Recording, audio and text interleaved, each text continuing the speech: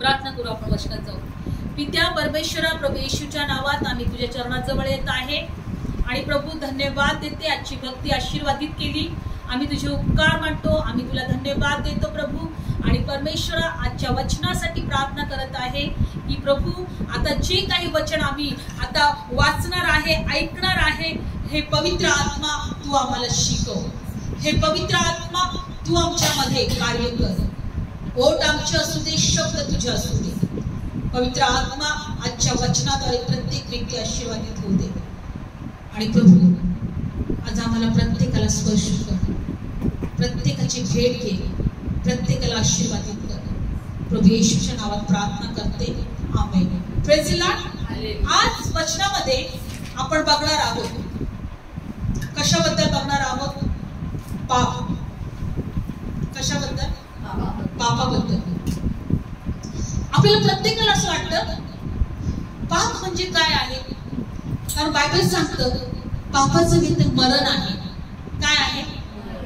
मरण म्हणजे श्राप, मरण म्हणजे नरक, सार्वकालिकाचं मरण.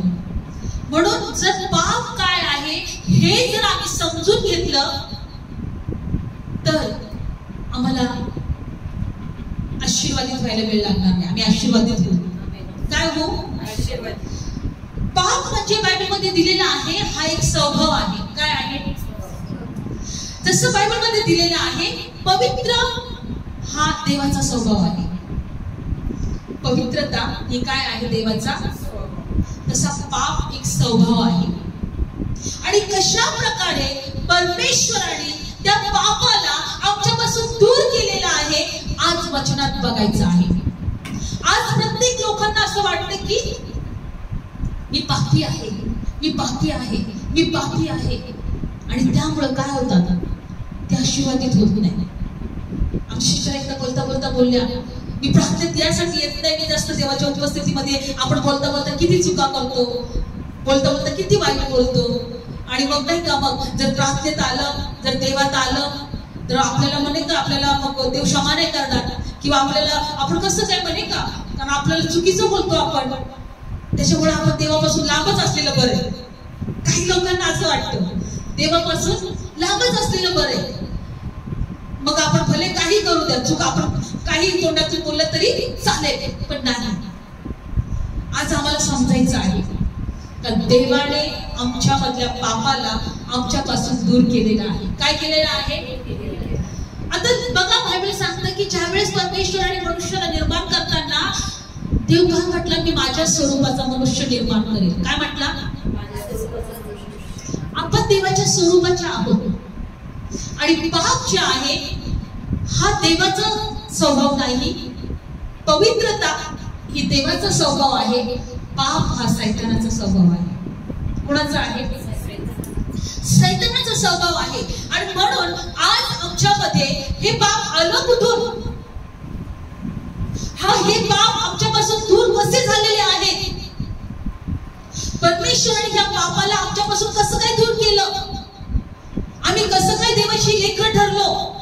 हे जर आम्हाला कळालं तर आम्ही हर एक बंधनातून मुक्त होऊ. कारण सत्य तुम्हाला कळेल आणि सत्यच तुम्हाला बंधनातून मुक्त करेल.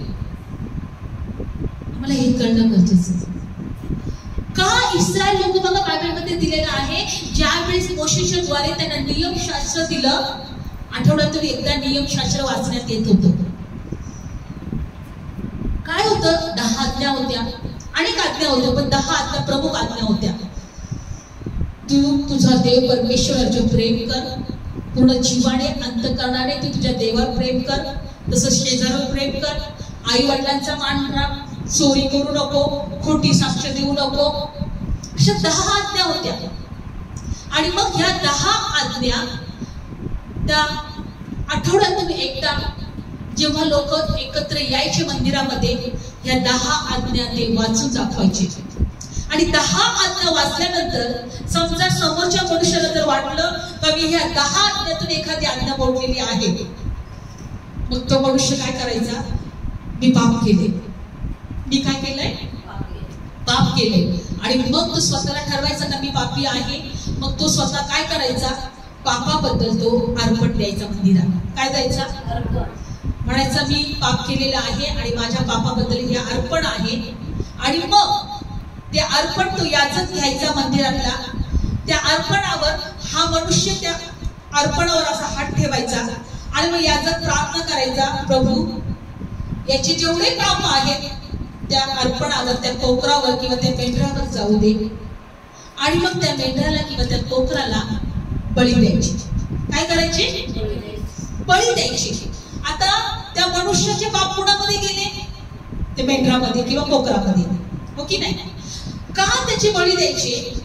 कारण बायबल सांगत आहे सैतान हा मरणाचा अधिकारी आहे. आता बघा, जो कोणी पाप करतो बायबलमध्ये दिलेला आहे त्याला मरण मिळतं किंवा सार्वकालिकाचं नरक मिळतं. जर आम्ही पाप करतो तर आम्ही कोण आहोत? पापी आहोत समजा. तर बायबलमध्ये दिले पापाचं वेतन जर मरण आहे तर आमचं मरण एकच गोष्टीच्या द्वारे आम्ही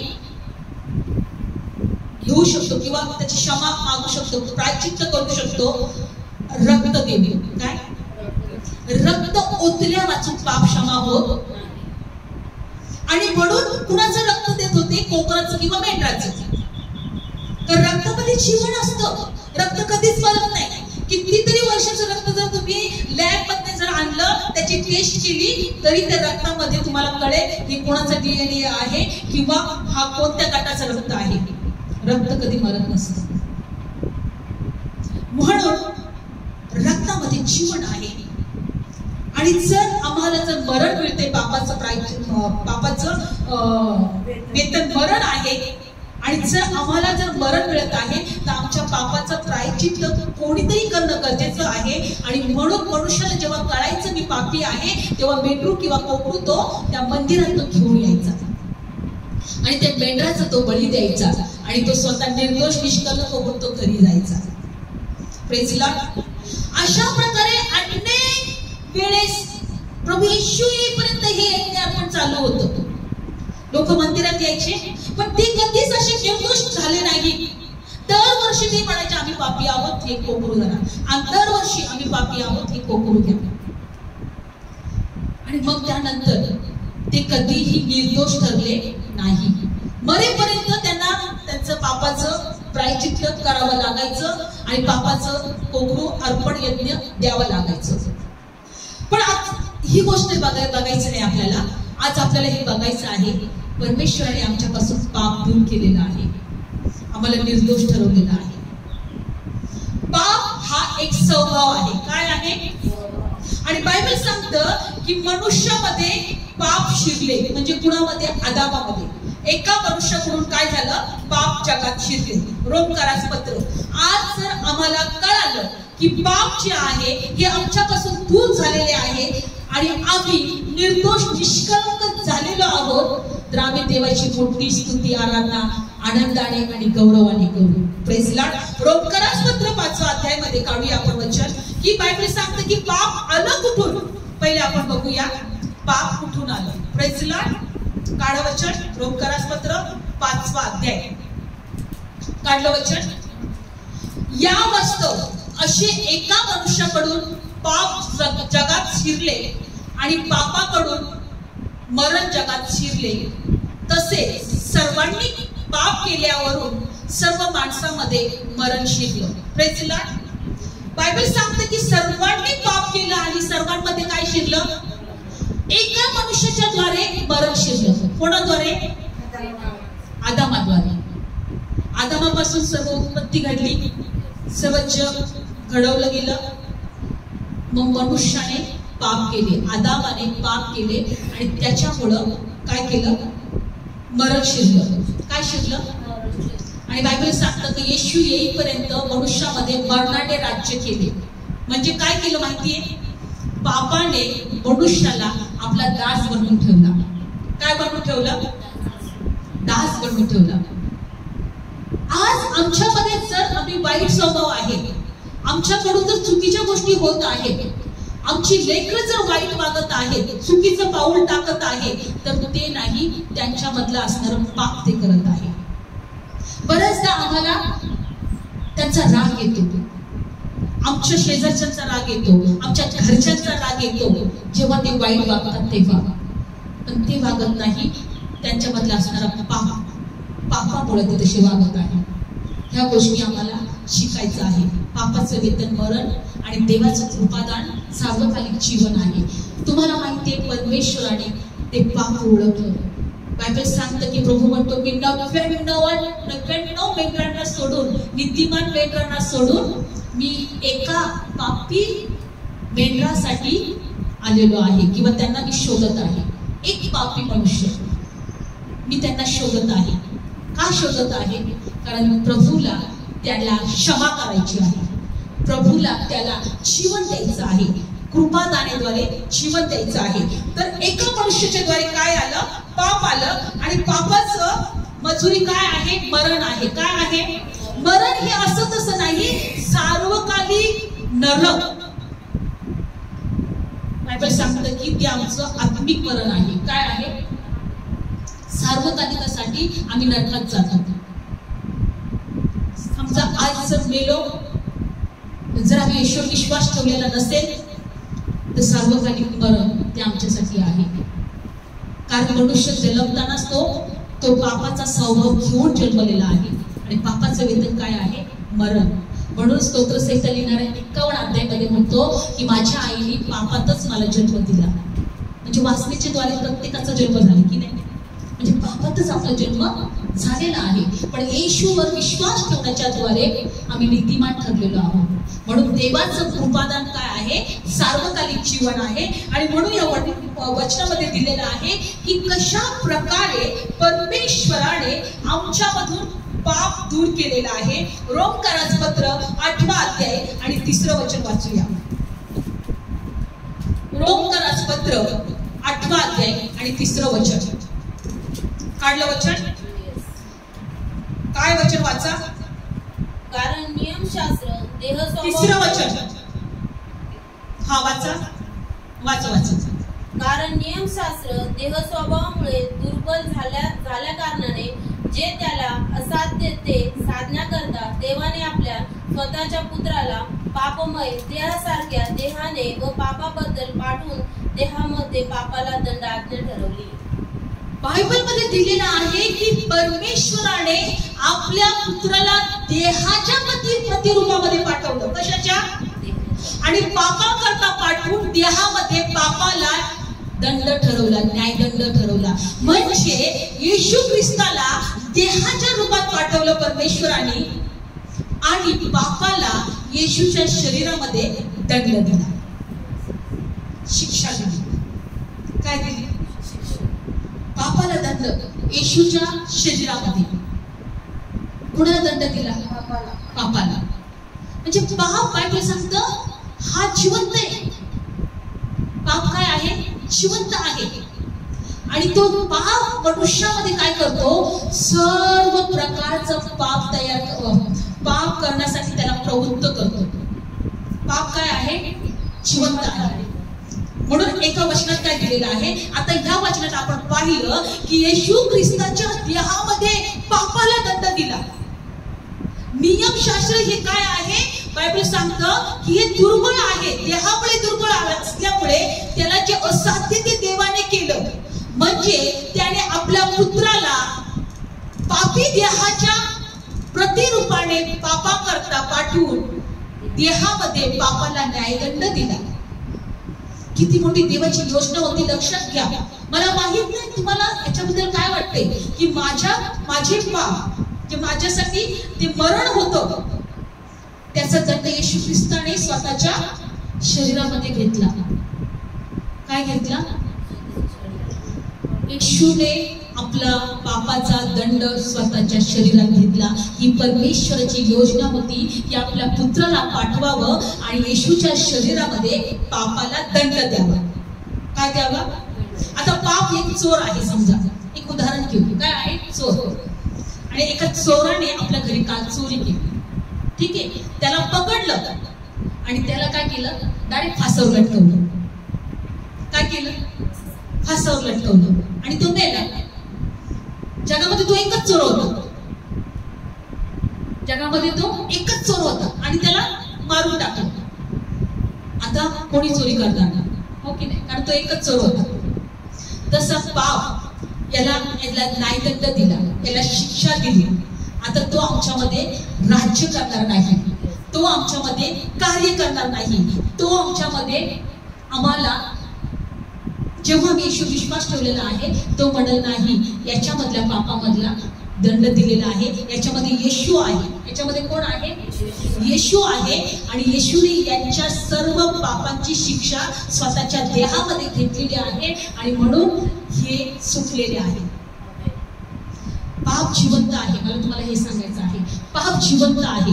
म्हणून बायबल सांगतं की पापाने काय केलं, जेव्हा नियमशास्त्र मिळाले आणि जेव्हा त्यांना मनुष्याला सांगितलं तू लोभ धरू नको, काय लोभ धरू नको, पण पापाने काय केलं, ते नियम ऐकले आणि मनुष्यामध्ये सर्व प्रकारचा लोभ निर्माण केला.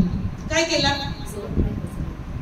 असं दिलेलं आहे बायबलमध्ये. काढू ते वचन, काढूया वचन की पाप जिवंत आहे आणि पाप मनुष्यामध्ये सर्व प्रकारचा लोभ निर्माण करतो.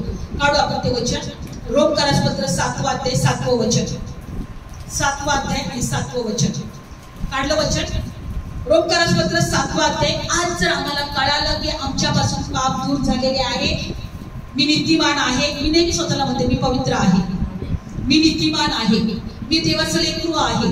का? मला कळालंय की माझे पाप येशूने स्वतःवर घेतले, माझ्यातल्या पापाला येशूच्या शरीरात दंड दिलेला आहे, मी मोकळी आहे. माझ्या तोंडातून वाईट शब्द जरी आला, नाही मी नीतिमान आहे. माझ्याकडून चुकीचं जरी घडलं, नाही मी नीतिमान आहे. कारण माझे सर्व पाप जन्मापासून तर मरेपर्यंतचे पाप येशूने स्वतःच्या देहात घेतलेले आहे. मला सांगा, आपण येशू ख्रिस्ताच्या अगोदर आलो का? नाही आलो. आपण आता जन्माला आलो. येशू ख्रिस्त 2024 वर्षापूर्वी या पृथ्वीवर येऊन गेला. मग मला जन्माला यायच्या अगोदरच आमचे पाप त्यांनी स्वतःवर घेतले. मग आमच्या जन्मापासून ते मरेपर्यंतची सर्व पापांची शिक्षा त्यांनी स्वतःवर घेतली. मग मी जेव्हा देवाजवळ येईल तेव्हा देवाला म्हणायचं, एकच प्रभू धन्यवाद तुझ्या प्रिय पुत्रासाठी. यासाठी आम्हाला भक्ती करायची. पहिले आपण बघूया पापाने काय काय केलं. पापाने काय केलं? रोमकरासपत्र 7 अध्याय 7 वचन. तर आपण काय म्हणावे, नियमशास्त्र पाप आहे काय?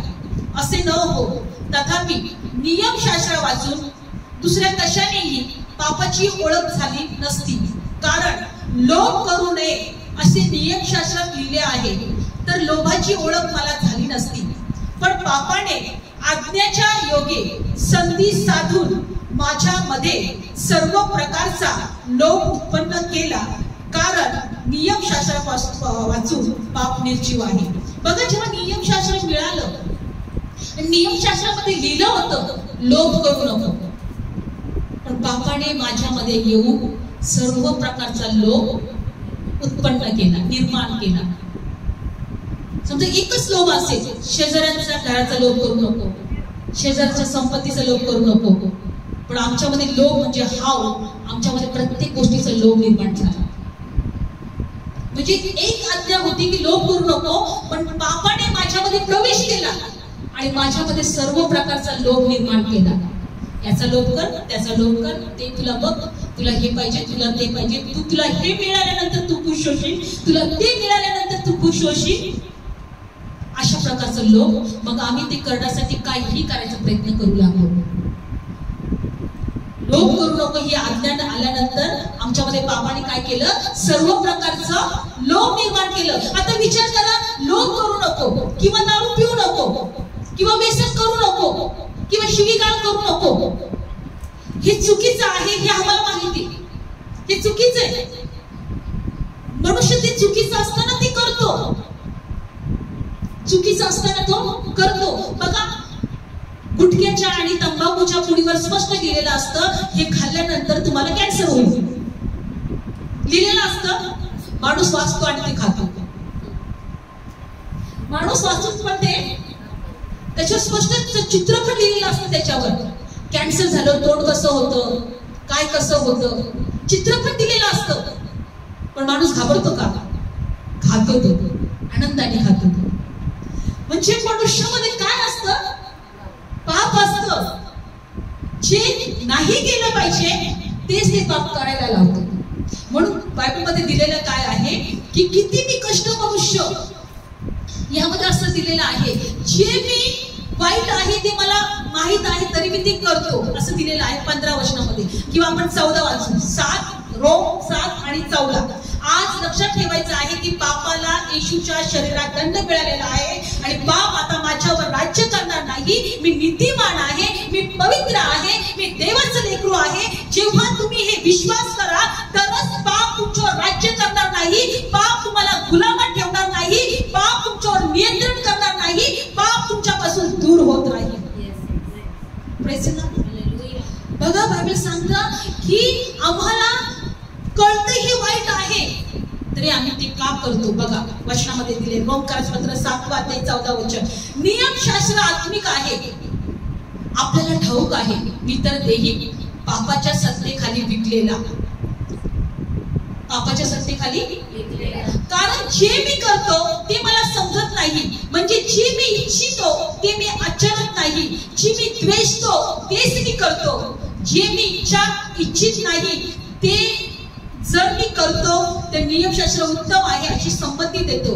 तर आता यापुढे मी ते करत नाही, परंतु माझ्यामध्ये बसणारे ते पाप करतो. कारण मला ठाऊक आहे की माझ्यामध्ये म्हणजे माझ्या देहात काही चांगलं राहत नाही. कारण इच्छा करणं माझ्याजवळ आहे पण उत्तम करणं ते माझ्याजवळ नाही. कारण जे चांगले मी इच्छितो ते मी करत नाही, परंतु जे वाईट ते मी इच्छित नाही ते मी आचरतो. पण जे मी इच्छित नाही ते मी करतो. तर यापुढे मी करत नाही, माझ्यामध्ये असणारे पाप ते करतो. जे चांगलं आहे मला माहित आहे, देवाच्या आज्ञा पाळणं चांगलं आहे, गुटखा खाणं चांगलं नाही, पाप दारू पिणं चांगलं नाही, शिवीगाळ करणं चांगलं नाही, हे मला माहित आहे. आणि मी ठरवतो पण मला हे सगळं नाही करायचं. पण तरी कुणाचा राग आला का ऑटोमॅटिक तोंडातून शिव्या निघून जातात.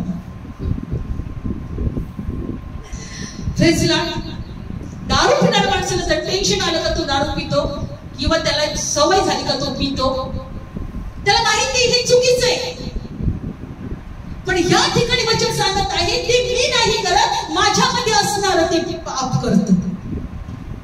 जे मी चांगलं आहे ते इच्छितो पण तरी मी ते नाही करत, कारण ते मी नाही करत, माझ्यामध्ये असणारं पाप करतो. म्हणून ह्या वचनाद्वारे आम्हाला एक गोष्ट शिकायचं आहे की आम्हाला पापाचा द्वेष करायचा आहे. काय करायचंय? पापाचा राग करायचा आहे की माझ्यामध्ये पाप राहणार नाही, मी देवाचं लेकरू आहे. माझ्यामध्ये माझं शरीर हे देवाच्या आत्म्याचं मंदिर आहे. बघा जेव्हा जेव्हा तुम्ही हे स्वीकारायला विश्वास ठेवाल तेव्हा तेव्हा ते पाप तुमच्यापासून दूर होईल. काय होईल? तुमच्या तोंडातून शिवी येताच ऑटोमॅटिक तुम्ही तोंडावर हात घालाल, तोंडावर हात द्याल, नाही मला हे नाही करायचं. जेव्हा तुम्ही बोला पाप आमच्यावर नियंत्रण घेतो, आम्हाला नियंत्रणामध्ये ठेवतो, त्याच्या गुलामात ठेवतो. मी जे इच्छितो ते मी करत नाही, जे मी न्याय इच्छा ठेवत ते मी करतो. का असं? कारण माझ्यामध्ये आहे ते पाप ते करतो. आणि म्हणून तो काय म्हणतो माहितीये? प्रेसिडंट म्हणतो किती मी कष्टी मनुष्य, मला ह्या मरणाच्या देहातून कोण सोडवेल? म्हणून प्रेसिडंट काय म्हणतो किती मी कष्टी मनुष्य, मला ह्या मरणाच्या देहातून कोण सोडवेल?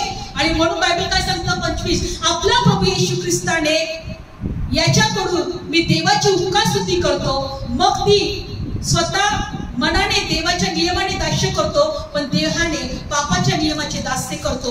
म्हणून या वस्तू ख्रिस्त येशूमध्ये आहे. त्यांना देहाप्रमाणे जे वागत नाही आत्म्याप्रमाणे वागतात त्यांना आता न्यायदंड नाही.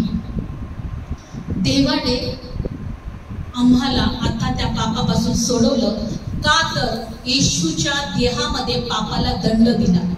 काय दिला? दंड दिला. तो म्हणतो किती मी कष्ट मनुष्य, याच्यापासून मला कोण सोडवे?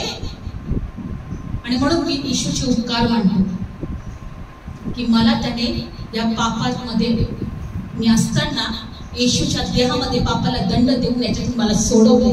म्हणून बायबल सांगतं जे देहामध्ये आहेत पण देहाप्रमाणे वागत नाही, आत्म्याप्रमाणे वागतात त्यांना न्यायदंड नाही. आता आम्हाला आत्म्याप्रमाणे वागायचे, म्हणजे आम्हाला रोज देवाची स्तुती करायची आहे, देवाचं वचन वाचायचं आहे, देवाच्या जवळ यायचं आहे. आता मी मुक्त झालेली, माझ्या पापाचं शिक्षण कोणाच्या देहामध्ये? येशूच्या. पण आता आम्हाला आत्म्यात वागायचं आहे. काय वागायचं आहे?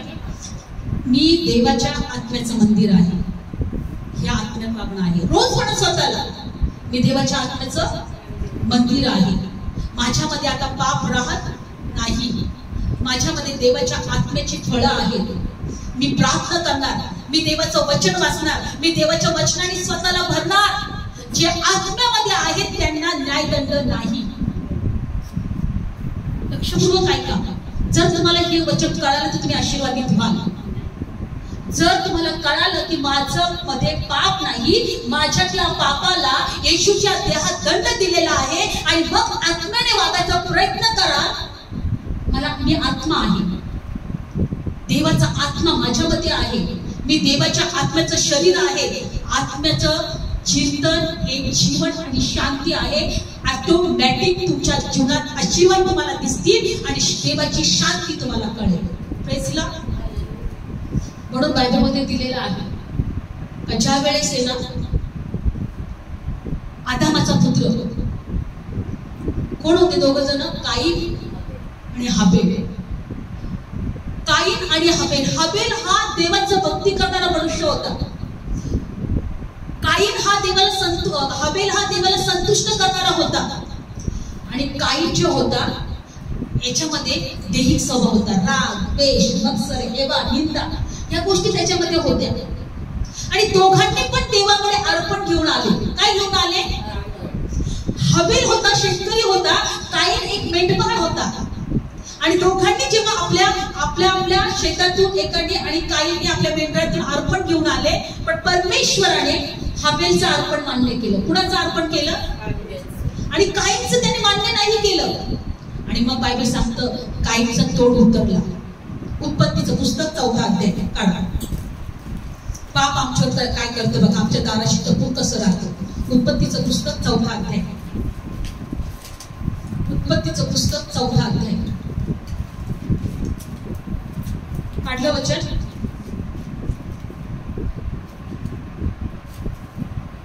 तिसरं वचन. काही दिवसांनी असे झाले की काईनने यहोवाला जमिनीच्या फळातले अर्पण आणले आणि हाबेल याने आपल्या कल्पातला प्रथम जन्मलेला आणि त्यातल्या पुष्टातून अर्पण आणले. आणि यहोवाने हाबेलास आणि त्याच्या अर्पणास मान्य केले, पण त्याने काईनाला आणि त्याच्या अर्पणाला मान्य केले नाही. तेव्हा काईनाला फार राग आला आणि त्याचा तोड उतरले. आणि मग परमेश्वर काईनला म्हणाला, तुला राग का आला? तुझे तोड का उतरले? तू बरे करशील तर तू मान्य केला जाणार नाहीस काय? तू बरे करशील तर तू मान्य केला जाणार नाहीस काय? कारण तू बरे करणार नाही तर पाप दाराशी टपून आहे आणि त्याची इच्छा तुझ्यावर होईल, परंतु तू त्यावर अधिकार कर.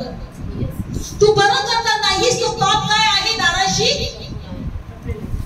तू बरं करणार नाही तर पाप दाराशी आणि तो तुझ्यावर अधिकार करेल. तो तुझ्यावर काय करेल? परंतु तू त्याला अधिकारात ठेव, तू त्याच्यावर अधिकार कर. पापाला म्हणाले, शिका बरं, निघून जा माझ्यातून, निघून जा माझ्या घरातून, निघून जा माझ्या लेकरातून. पाप ऐकतो. तू बरं करणार नाही तर पाप दाराशी टपून ये. म्हणजे पाप कधी येतो? जेव्हा आम्ही बरं करणार नाही असा विचार करतो. पण तू त्याच्यावर अधिकार कर.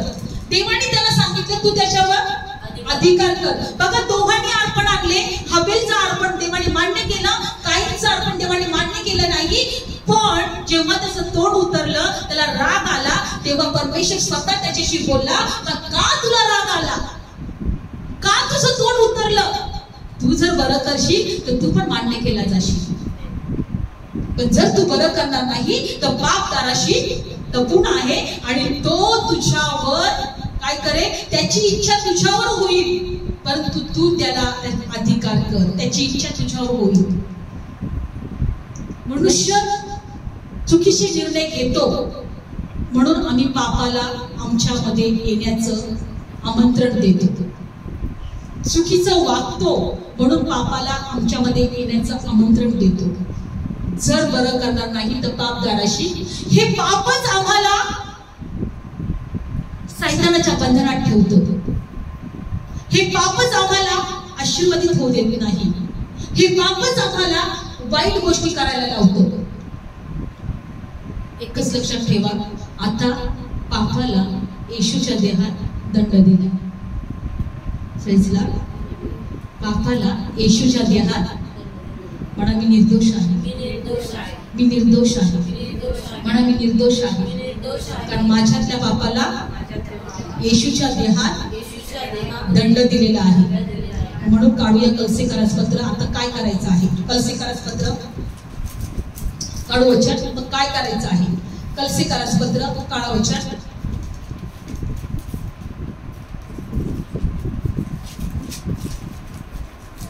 धन्यवाद येशू. कलसीकरास पत्र काढलं सर्वांनी? पहिला अध्याय काढला. कलसीकरास पत्र पहिला अध्याय आणि वचन सांगत आहे 6वं वचन. किंवा आपण अजून 21 वचनापासून वाचू. पहिला अध्याय 21 वचन वाचू. तुम्ही पूर्वी परके आणि आपल्या दुष्ट कर्मामुळे मनाने वैरी झालेले होतात. कुणाशी वैरी झाले होते? देवाशी. Praise the lord. तुम्ही पूर्वी कसे होते? परके होते. देवापासून कसे होते? हा.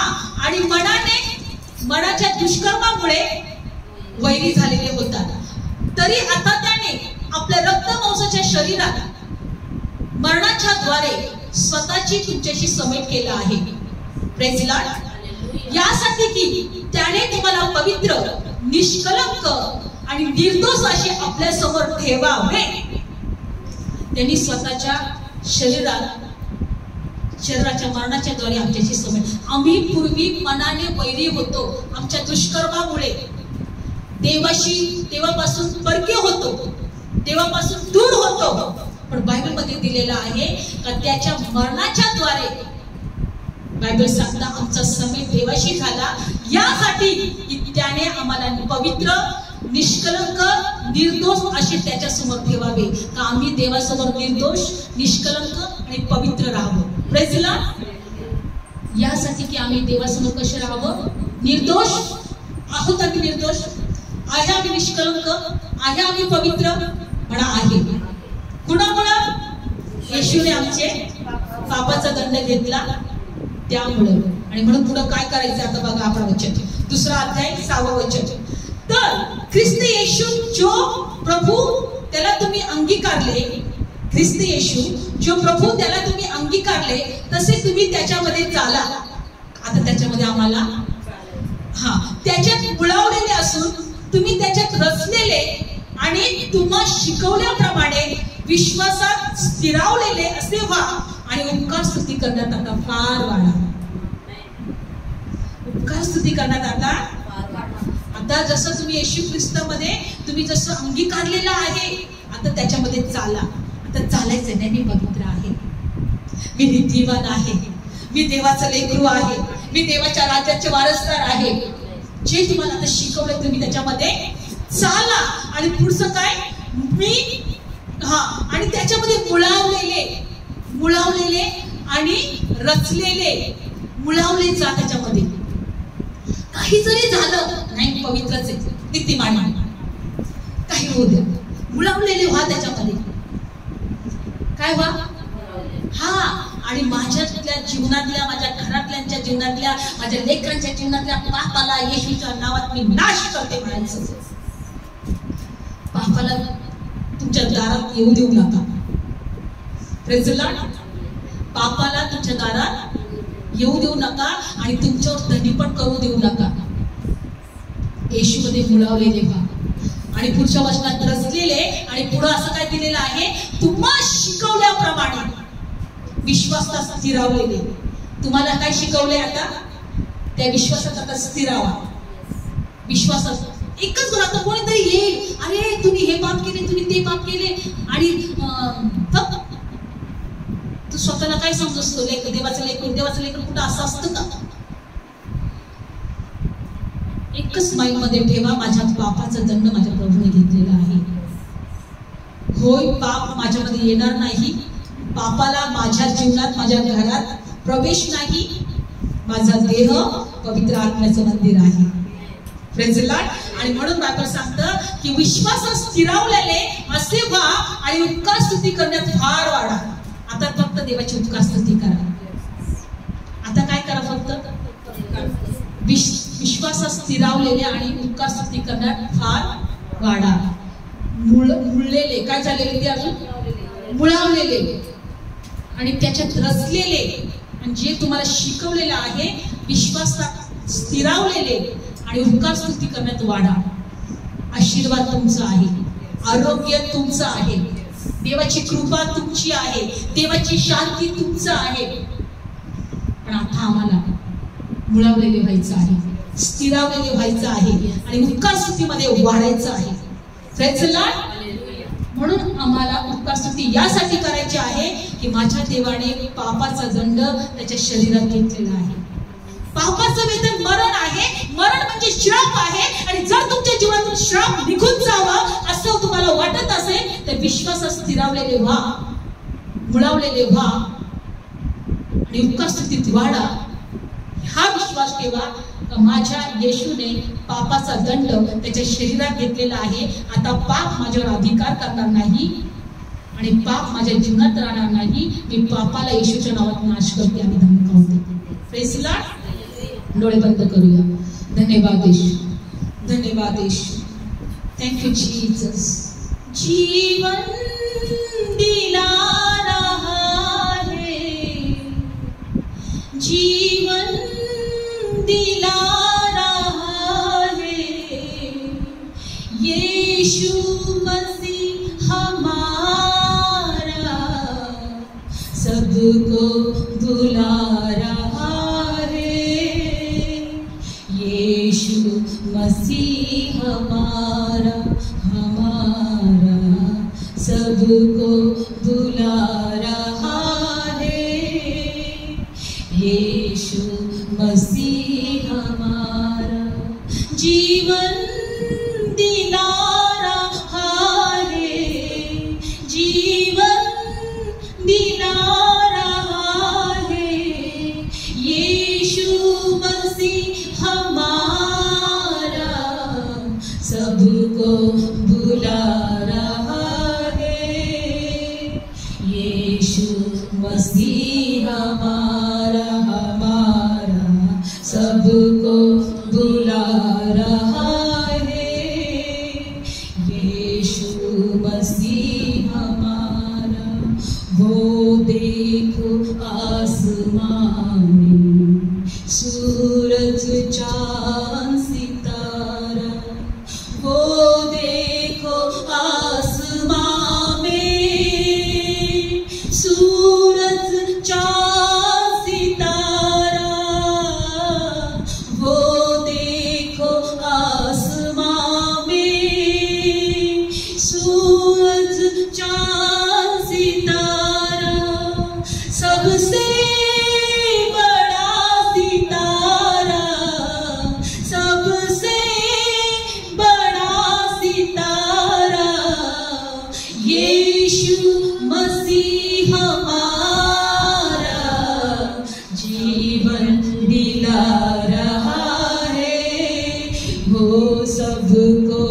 बुला रहा है, यीशु मसीह हमारा सबको बुला रहा है, यीशु मसीह हमारा जीवन दिला रहा है, यीशु मसीह हमारा सबको बुला रहा है, यीशु मसीह हमारा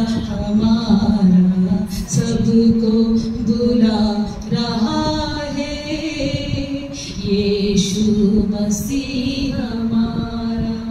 होय प्रभू, तू म्हटलं सर्व जगाला मी निमंत्रण दिलेलं आहे, या आणि माझ्या मेजवानीतलं जे वाढलेलं आहे ते तू खा, तुम्ही खा, कारण तू जीवनाची भाकर आहे. जो तुला खातो तो कधीही मरत नाही, त्याला सार्वकालिकाचं जीवन मिळतं.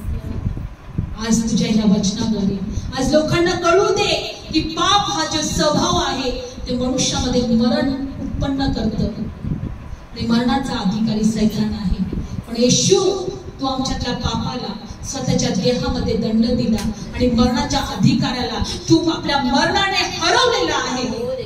आज वचनाद्वारे प्रत्येकाचे डोळे उघडू दे, स्पर्श होऊ दे, आशीर्वादित कर.